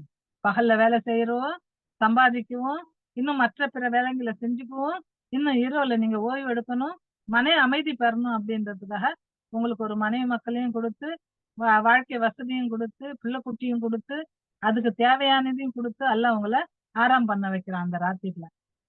அதாவது பகல்ல அவனுடைய அருட்கொடை நீங்க தேட வேண்டும் என்பதற்காக. ஆனால் நீங்கள் நன்றி செலுத்துவோராய் திகழக்கூடும் என்பதற்காக. அதாவது ஒவ்வொரு இரவுலயும் நம்ம படுக்கைக்கு போறதுக்கு முன்ன அல்லாஹ் கிட்ட நம்ம துவா செய்யணும். யா அல்லாஹ், எனக்கு இந்த தினத்துல நீ கொடுத்த நன்மைக்காக நான் உன்னை வணங்குறேன். இன்னும் மேல நான் பிரார்த்தனை செய்றேன். என்னுடைய இரவையும் பகலையும் எனக்கு நல்லதாக்கி கொடு அப்படின்ட்டு நம்ம துவா செய்யணும். ஒவ்வொரு இரவுலயும் நம்ம எந்தெந்த அதுக்கார ஓதணும், எந்தெந்த துவா ஓதணும்ன்றது நம்மளுக்கு நல்லாவே தெரியும். அல்ஹம்துலில்லாஹ். 74. மேலும் அந்த நாளை இவர்கள் நினைவில் வைக்க வேண்டும். அன்று இறைவன் இவர்களை அழைத்து கேட்பான். எனக்கு இணை ஆனவர்கள் என்று நீங்கள் யாரை குறித்து எண்ணிக்கொண்டு இருந்தீர்களோ அவர்கள் எங்கே? இதோட 3 தடவை 4 தடவை எல்லாம் கேட்டுட்டான். எங்க கொண்டு வாங்க உங்க இணை தெய்வங்கள. நீங்க எனக்கு இணைய வச்சு வணங்கி நின்றீங்களா அவங்களெல்லாம் எடுத்துட்டு வாங்க அப்படின்னு. 75. மேலும் நாம் ஒவ்வொரு சமுதாயத்திலிருந்து ஒரு சாட்சியாளரை வெளிக்கொண்டு வருவோம். அல்லாஹ் இதுவரையிலும் எத்தனை சமுதாயத்தை உருவாக்கினானோ அதுல இருந்து ஒரு சாட்சியாளரை அல்லாஹ் வந்து உயிர் கொடுத்து கொண்டு வருவான். பிறகு கூறுவோம், இப்போது கொண்டு வாருங்கள் உங்களுடைய ஆதார். சுப்ஹானல்லாஹ். நீங்க வச்சு வணங்கி நின்றீங்கல்ல அந்த ஆதாரத்தெல்லாம் என்கிட்ட கொண்டு வா. அப்போது உண்மை அல்லாவின் பக்கம் உள்ளது என்பது அவர்களுக்கு தெரிந்துவிடும். நம்ம பொய்ய தான் வணங்கி நின்றோம் அப்படின்றது அவங்களுக்கு தெரிஞ்சிடும். உண்மை வந்து அல்லாவின் பக்கம் தான் இருக்கிறது. அவர்கள் புரிந்து கொண்டிருந்த அனைத்தும் அவர்களை விட்டு மறைந்து விடும். அவங்க கிட்ட எந்த புத்தகமும் இருக்காது, எந்த கல்லும் இருக்காது, எந்த போட்டோவும் இருக்காது, எதுவுமே இருக்காது. எப்ப இப்ப இப்ப இப்ப அடிச்சுட்டு வந்தான் பாருங்க. செய்யான் ஜப்பான் செய்யான் ஜப்பான்ட்டு. இவ்வளவு நேரம் இங்க கத்தின்னு நின்னுனான். இந்த தெருவுல வரும் அந்த மாதிரி. அதெல்லாம் அவங்க கிட்ட இருந்து மறைஞ்சிடும். அப்போ வந்து உண்மையான இறைவன் யாருன்றதுதான் அவங்களுக்கு தெரிஞ்சுவிடும். யார் உண்மைன்றது அவங்களுக்கு தெரிஞ்சிடும். 76 உண்மை யாதெனில் காரூன் மூசாவின் சமுதாயத்தைச் சேர்ந்தவன். அவன் தன் சமுதாயத்திற்கு எதிராக வரம்பு மீறி நடந்தான். மேலும் நாம் அவனுக்கு எந்த அளவு செல்வ கருவூலங்களை வழங்கியிருந்தோம் எனில், அவற்றின் பாதிகளை பலசாலிகள் ஒரு குழுவால் சிரமப்பட்டு தூக்க முடியும். அதாவது அந்த காரூனுடைய செல்வம் இவ்ளோ இருந்து, அவனுடைய கஜானாவுடைய சாவி இவ்ளோ பெருசா இருக்கும். ஒரு கூட்டமே தூக்குமா. அந்த அளவுக்கு அவ்வளவு பெருசா இருக்குமா அந்த சாவி. சுபஹான் அல்லாஹ். அந்த அளவுக்கு அவனுக்கு வந்து அல்லாஹ் வந்து செல்வத்த குடுத்து வச்சிருந்தான். அந்த மூசா அலைஹிஸ்ஸலாமுடைய சமுதாயத்துல உள்ள பனு இஸ்ராயேல்ல இருந்தவன் தான் அவன் காரூன்றவன். அவனுக்கு அந்த அளவு செல்வம் குடுத்திருந்தான். ஏன் அவன வந்து ஜனங்களுக்கு ஒரு சாட்சி ஆக்கணும்ன்றது அல்லாஹ் அவனுடைய ஏற்பாடு. அப்ப அந்த மக்கள் எல்லாம் என்ன நினைப்பாங்க? பார்த்துட்டு சொல்லிக்குவாங்க. ஒருத்தருக்கு ஒருத்தர் பேசிக்குவாங்க. இந்த காரூன் குடுத்த மாரி செல்வம் நம்மளுக்கும் அல்லாஹ் குடுத்திருந்தா நல்லா இருந்திருக்குமே அப்படின்னு நாள் நினைப்பாங்க. மறுநாள் காரூனையும் அவனுடைய கோபுரம், மாட மாளிகைய அல்லாஹ் அப்படியே தலைகீழ பெரட்டி போட்டு விடுவான். புரட்டி போட்டதும் அதிலே அவன் விழுந்து சாவான். அந்த நேரத்துல என்ன பேசுவாங்க? ஐயோ! நம்ம வந்து அந்த மாரி அந்த மாரி செல்வம் நம்மளுக்கு அல்லாஹ் தந்திருக்க கூடாதே அப்படின்னு அந்த மக்கள் நினைப்பாங்க. ஒரு தடவை அவனுடைய சமுதாயத்தார் அவனிடம் கூறினார்கள், நீ பூரித்து விடாதே, ஏனெனில் பூரிப்பவர்களை அல்லாஹ் நேசிப்பதில்லை. யாரு? அவன் கூட இருக்கவங்களே அவனுக்கு சொல்றாங்க காரூன் கிட்ட. நீ ரொம்ப பூரிச்சிடாத, ஏன்னா பூரிக்கிறவங்கள அல்லாஹ் வந்து நேசிப்பதில்லை அப்படின்னு சொல்றாங்க. 77 அல்லாஹ் உனக்கு வழங்கியுள்ள செல்வத்தின் மூலம் மறுமையின் வீட்டை பெற அக்கறை கொள். அல்லாஹ் உனக்கு இவ்வளவு செல்வம் கொடுத்திருக்கான்ல, அது மக்களுக்கு கொடு, அல்லாஹ்வுடைய வழியில கொடு. அதன் மூலியமா நீ வந்து மறுமையினுடைய வீட்டை பெற அக்கறை கொள். அத தேடிக்கோ அப்படின்னு சொல்றாங்க. மேலும் இம்மையிலும் உனது பங்கை மறந்து விடாதே. இந்த உலகத்திலயும் உன்னுடைய பங்கு என்ன செய்யணும்ன்றத நீ மறந்துடாத. மேலும் அல்லாஹ் உனக்கு உதவி செய்திருப்பது போல் நீயும் உதவி செய். நீயும் மத்த மக்களுக்கு உதவி செய். அல்லாஹ் உனக்கு கொடுத்து உதவி செஞ்சிருக்கான் செல்வத்த. அதே மாதிரி மத்த மக்களுக்கும் அல்லாஹ்வுடைய வழியில நீ குடு அப்படின்னு சொல்றாங்க. மேலும் பூமியில அராஜகம் விளைவிக்க முயற்சி செய்யாதே. அராஜகம் விளைவிப்பவர்களை சின்னமாக அல்லாஹ் நேசிப்பதில்லை. சுப்ஹானல்லாஹ். அவங்க கூட இருக்கவங்க கரெக்ட்டா அவங்களுக்கு தெளிவுபடுத்துறாங்க. அவனுக்கு அறிவுரை சொல்றாங்க. ஆனாலும் அவன் அத கேட்கல. அதற்கு அவன், இவை அனைத்தும் என்னிடமுள்ள அறிவினால் தான். இதெல்லாம் என்னுடைய அறிவால தான் எனக்கு கிடைச்சது என்றான். அவனுக்கு முன்னால் அவனை விட அதிக வலிமையுடைய ஆள் பலத்தை பெற்றிருந்த எத்தனையோ சமுதாயத்தை அல்லாஹ் அழிச்சிருக்கனே அப்படின்னு அல்லாஹ் சொல்லி காட்டுறான். அதெல்லாம் அழிச்சிருக்கிறது இவனுக்கு தெரியாதா? மேலும் குற்றவாளிகளிடம் அவர்களின் பாவங்களை பற்றி கேட்கப்படுவதில்லை. ஏன்னா அவங்களுடைய தப்பா மின்னியே அவங்களுக்கு வந்து தெரிஞ்சிடும். இவன் குற்றவாளின்றது தெரிஞ்சிடும். அவனுடைய முக அடையாளத்தை வச்சு எல்லாம் புரிஞ்சுக்குவான். அதனால முன்னே அவனுக்கு வந்து சாப்பா கிடைச்சிடும். அப்ப அவன் எங்க இருந்து தன்னைத்தானே அவன் வந்து நான் நல்லவன்னு சொல்ல முடியும். அததான் இங்க சொல்லி காட்டப்படுது. 79 ஒரு நாள் அவன் தன்னுடைய முழு அலங்காரம் எடுப்புடன் தன் சமுதாயத்தின் முன்னிலையில் வந்தான். எவர்கள் உலக வாழ்க்கையை விரும்புவராய் இருந்தார்களோ அவர்கள் அவனை பார்த்து கூறலானார்கள். இந்த வந்து நான் உங்களுக்கு முன்னே சொல்லிட்டேன். ஆஹா, ஹாரூனுக்கு வழங்கப்பட்டிருக்கிறது போல நமக்கு கிடைத்திருக்க வேண்டுமே. அவன் மகத்தான பலசாலி. பரவாயில்லையா? அவனுக்கு அல்லாஹ் இவ்ளோ குடுத்திருக்கானே. இதே மாரி நம்மளுக்கும் கிடைச்சிருந்தா நல்லா இருந்திருக்குமே அப்படின்னு அந்த மக்கள் பேசுவாங்க. ஆயினும் ஞானம் வழங்கப்பட்டவர்கள் கூறலானார்கள். உங்கள் நிலை குறித்து வருந்துகிறோம். ஆனா மக்களே ஏன் இந்த மாதிரி நீங்க பேராசப்படுறீங்க அவன பார்த்து? அதாவது நீ இந்த மாதிரி நினைக்கிறத பார்த்து நாங்க ரொம்ப வருந்துறோம். நீங்க வந்து நம்பிக்கை கொண்ட நற்செயல் புரிந்தோருக்கு அல்லாஹ்வின் நற்கூலி சிறந்ததாகும். அல்லாஹ் நாளைக்கு மறுமையில குடுக்குற கூலி இருக்கு பாரு, அதை விட இந்த உலகத்துல கிடைக்கிற செல்வங்கள் எல்லாம் மிக சிறந்ததே இல்ல. அதுக்கு எதிர்க்க இது ஒண்ணுமே இல்ல. ஜுஜுபி அப்படின்ட்டு அந்த அதுல இருக்க நல்ல மனுஷங்க அவங்களுக்கு அறிவு சொல்லுவாங்க. அதாவது கூடயே அவங்க சொல்றாங்க, மேலும் பொறுமை மேற்கொள்கிறவர்களுக்கு தான் இந்த நற்பாக்கியம் கிடைக்கும். இந்த நற்பாக்கியம் வந்து மறுமையில கிடைக்க போற அந்த சொர்க்கம். அல்ஹம்துலில்லாஹ். இறுதியில் நாம் அவனையும் அவனுடைய வீட்டையும் பூமியில் புதைத்து விட்டோம். சுப்ஹானல்லாஹ். 81 புதைச்சிட்டான் அப்படின்றான் அல்லாஹ். அவனையும் அவன் கட்ட அந்த மாட மாளிகை கூடகோபுரம் எல்லாத்தையுமே நான் அழிச்சிட்டேன். அவனுடைய எல்லா செல்வங்களும் அதுல அழிஞ்சு போயிடுச்சு. அவனுக்கு எந்தவித பலனும் தரல. இந்த உலகத்திலும் இல்ல, மறுமையிலயும் அவனுக்கு எந்தவித நற்கூலியும் இல்ல அப்படின்றது சொல்லி காட்டப்படுது. அல்லாஹ்வுக்கு எதிராக அவனுக்கு உதவி செய்யும் கூட்டத்தார் எவரையும் அவனுக்கு இருக்கவில்லை. தனக்குத்தானே உதவி செய்து கொள்ளக்கூடியவனாகவும் அவன் இருக்கவில்லை. அவ்வளவு செல்வம் இருந்து அவ்வளவு பலசாலியா இருந்தான்.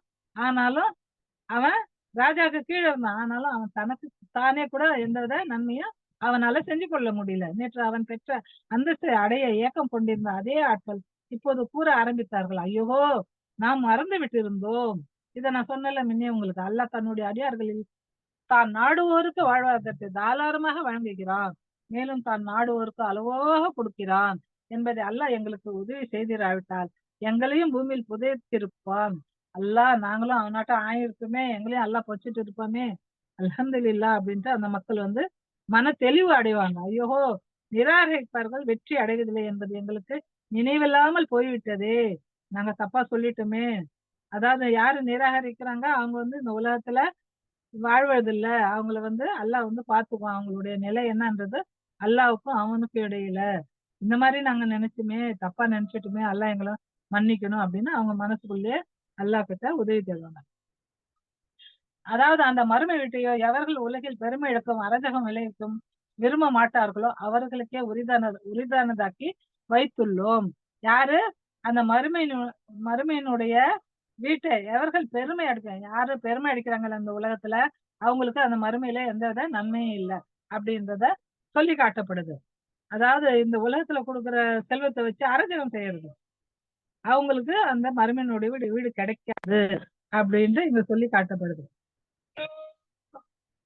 மேலும் இறுதியில் நல்ல முடிவு இறை அச்சம் உள்ளவருக்கே இருக்கிறது. ஒருவர் நன்மையை கொண்டு வருவாயின் அவருக்கு அதைவிட சிறந்த நன்மை இருக்கிறது. எவரேனும் தீமையை கொண்டு வருவராயின் தீமைகள் செய்வோருக்கு அவர்கள் செய்து கொண்டிருந்த தீமைகளின் கூலியே கொடுக்கப்படும். அதாவது நன்மை செய்யறவங்க ஒரு நன்மை செய்யறவங்க 10 நன்மை கிடைக்கும், அதே ஒரு தீமை செஞ்சவங்களும் ஒரு தீமை தான். சுபஹானல்லாஹ், இது வந்து அல்லாஹ்வுடைய கருணை. அல்ஹம்துலில்லாஹ்.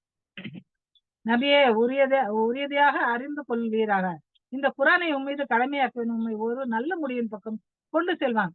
இந்த மக்களிடம் கூறுவீராக, வழிகாட்டுதலை கொண்டு வந்திருப்பவன் யார், வெளிப்படையான வழிகாட்டில் வீழ்ந்து கிடப்பவன் யார் என்று என் அதிபதி நன்கு அறிவான். அதாவது கெட்ட வழியில உழண்டுன்னு எவன் இருக்கான் அப்படின்றதும் நேர் வழியில யார் இருக்கான்றதும் அல்லாவுக்கு என்னுடைய அதிபதிக்கு தெரியும் அப்படின்னு சொல்ல காட்டப்படுது. 86 உன் மீது வேதம் இறக்கி அருளப்பட இருக்கிறது என்பதை நீர் எதிர்பார்த்து கொண்டிருக்கவில்லை, ஆனால் இது இறைவனுடைய கிருபையினால் உன் மீது இறக்கி அருளப்பட்டு இருக்கிறது. நபியே, இந்த வேதம் உங்க மேல இறங்குன்னு நீங்க நினைச்சு கூட பார்க்கல, ஆனாலும் இந்த வேதம் உங்க மேல இறக்கி அருளப்பட்டு இருக்குது. எனவே நீர் நிராகரிப்பதற்கு உதவி செய்பவராக இருக்காதீர். யாரு நிராகரிக்கிறாங்களோ அவங்களுக்கு நீங்க நபியே உதவி செய்யாதீங்கன்னு அல்லாஹ் சொல்றான், எச்சரிக்கின்றான். மேலும் அல்லாவின் வசனங்கள் உன் மீது இறக்கி அருளப்பட்ட பிறகு பின்னர் இறை நிராகரிப்பாளர் அவற்றை விட்டு உண்மை ஒருபோதும் தடுத்து விட வேண்டாம். அல்லாஹ்வுடைய வேதம் வந்து உங்க மேல இறங்கின்னு இருக்கு, அதனால இந்த நிராகரிப்பை செய்யறது உங்களுக்கு இதை விட்டு தடுத்துடக்கூடாது. உங்க இறைவனின் பக்கம் அழைப்பு விடுப்பதாக. மேலும் இணை வைப்போருடன் ஒருபோதும் நீர் சேர்ந்து விட வேண்டாம். அந்த இணை வைக்கிறவங்க கூட நீங்க சேர்ந்துடாதீங்க. நீங்க அல்லாஹ்வுடைய அழைப்பு, அல்லாஹ் உங்களுக்கு என்ன சொல்லி கூப்பிட சொல்றேன்னா அதை நீங்க சொல்லி இந்த மக்களை கூப்பிடுங்க அப்படின்னு அல்லாஹ் சொல்றான். நபிக்கு எச்சரிக்கை விடுறான். கடைசி அத்தியாயத்துக்கு வந்துட்டோம். மேலும் அல்லாஹ்வுடன் வேறு எந்த கடவுளையும் அழைக்க வேண்டாம். சுபஹானல்லாஹ், இது எல்லாருக்கும் ஒரு எச்சரிக்கை, எல்லா மக்களுக்கும் ஒரு எச்சரிக்கை. அல்லாஹ்வுடன் சேர்ந்து வேற எந்த கடவுளையும் நீங்க அழைக்காதீங்க. ஏன்னா அல்லாஹ்வுக்கு நிகர் அவன்தான், அவனுக்கு இணை துணை இல்ல, அவனுக்கு யாரும் ஈடாக மாட்டாங்க அப்படின்னு இப்படி நம்மளுக்கு சொல்லி காட்டப்படுது. வணக்கத்துக்குரிய இறைவன் அவனை தவிர வேறு யாரும் இல்லை. அதாவது அல்லாஹ் ஒருவனை தவிர வணக்கத்துக்கு தகுதியானவன், பூஜைக்கு தகுதியானவன், உதவி தேடப்படுபவன், நன்மை தீமையை அவன் மூலியமே நம்ம எதிர்பார்க்க முடியும், வேற யாரும் நம்மளுக்கு செய்ய முடியாது அப்படின்றத அல்லாஹ் நம்மளுக்கு இங்க தெளிவுபடுத்துறான். ஒவ்வொரு பொருளும் அழிந்து போகக்கூடியதாகும். அல்லாவால் படைக்கப்பட்டது அனைத்தும் அழிந்து போகக்கூடியதுதான். அதுக்குன்னு ஒரு கெடு வச்சிருக்கான் அல்லாஹ். அந்த கெடு வரும்போது அது அழிஞ்சிடும். ஆட்சி அதிகாரம் அவனுக்கே உரியது. இந்த உலகத்தினுடைய ஆட்சி, மறுமையினுடைய ஆட்சி, எல்லாத்துக்கும் ஆட்சி பொறுப்பு அவனுடைய கையில தான் இருக்கு. அவன் தான் மாலிக் யௌமித்தீனா இருக்கான். எல்லா அதிகாரமும் அவனுடைய கையில தான் இருக்கு. ஏன்னா எல்லாத்தையும் படைச்சவன் அவன் தான், அதுக்கு பொறுப்பாளனும் அவன் தான். பாதுகாக்கிறோம் ரப்பு அப்படின்றல, அந்த ரப்புல எத்தனையோ அர்த்தங்கள் கலந்து இருக்கு. பாதுகாக்கிறவன், அதாவது சாப்பாடு கொடுக்கிறவன், கவனிச்சுக்கிறவன், எல்லா நலன்களையும் எவ்வளவு தேவை, எந்த நேரத்துல தேவைன்றத கொடுக்கிறவன், எல்லாமே அதுல அடங்கி இருக்கு. அல்ஹம்துலில்லாஹ். ஆட்சி அதிகாரம் அவனுக்கே உரித்தானது. மேலும் அவனிடமே நீங்கள் அனைவரும் திரும்ப கொண்டு செல்லப்பட இருக்கிறீர்கள், கொண்டு வரப்படுவீர்கள் அப்படின்னு சொல்லி காட்டப்படுது. அல்ஹம்துலில்லாஹ். அதாவது ஒவ்வொரு போன வாரம் தான் சொன்னோம், ஒரு கொம்புள்ள ஆடு, கொம்பு இல்லாத ஆட்டை கொம்பு உள்ள ஆடு முட்டினது கூட அல்லாஹ் நாளைக்கு மறுமையில தீர்ப்பு வழங்குவான். சுப்ஹானல்லாஹ். அப்பன்னா நம்ம செய்யற ஒவ்வொரு நல்லது கெட்டதுக்கும் அல்லாஹ் தீர்ப்பு வழங்க மாட்டான்னு நம்ம நினைக்க முடியுமா? சுப்ஹானல்லாஹ். அல்லாஹ் தூய்மையானவன். அல்ஹம்துலில்லாஹ். அல்லாஹு அக்பர், அல்லாஹு அக்பர், அல்லாஹு அக்பர். இந்த எந்த கெட்டதும் செய்யாம அல்லாஹ் சொன்ன நன்மையை செஞ்சு நன்மக்களா அவனுடைய சொர்க்கத்தை அடையணும்னு நான் துவா செய்றேன். நீங்களும் செய்யுங்க. வாஹிரு தானான் அல்ஹம்துலில்லாஹி ரப்பில் ஆலமீன். அஸ்ஸலாமு அலைக்கும் வரஹ்மத்துல்லாஹி வபரகாத்துஹு. வலைக்கும் அஸ்ஸலாம் வரஹ்மத்துல்லாஹி பரகாத்துஹு. ஜஸாக்கல்லாஹு ஹைரன் கஸீராப்பா. ரொம்ப நல்லா கொண்டு போனீங்க, மாஷா அல்லாஹ். அல்ஹம்துலில்லாஹ். அனைத்து புகழும் அல்லாஹ்வுக்கே.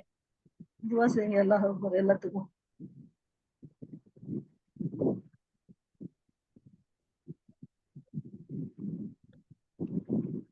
அஸ்ஸலாமு அலைக்கும் வரஹ்மத்துல்லாஹி வபரகாத்துஹு.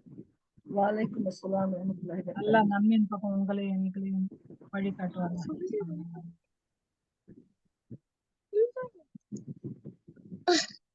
वालेकुम अस्सलाम रहमतुल्लाहि व बरकातहू. யார்கிட்ட வந்துச்சு இங்க இது? அவுஸுபில்லாஹி மினஷ் ஷைத்தானிர் ஆரம்பிமா. பவி உங்க மைக் ஓபன் பண்ணிக்கங்க பவி. ஆல் மியூட் அல்ல, இப்போ ஆல் மியூட் பண்ணி விட்டேன். ஆல்மிட் நான் தான் பண்ணேன். இல்ல கீழ இருக்க பட்டனை கிரீன் பட்டன் அமுத்தணும். அப்ப அது அமுத்தாம இருந்தா அப்புறம் வாபஸ் அன்மியூட் ஆயிடும். அச்சா. கிரீன் பட்டன் அழுத்திட்டேம்மா. இப்ப நான் அமுச்சிட்டேன். பவி நீங்க உங்களுடைய மைக் ஓபன் பண்ணிக்கீங்க. நானும் அழுத்திட்டேன். அல்ஹம்துலில்லாஹ்.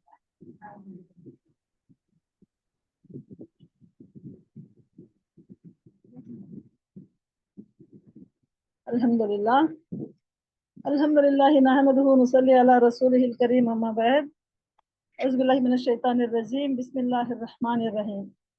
நபில் குலூபனா பில் குர்ஆன் வ ஸய்யின் அக்லாகனா பில் குர்ஆன் வ நஸீனி மினன் நாரி பில் குர்ஆன் வ துக்லில் ஜன்னதி பில் குர்ஆன்.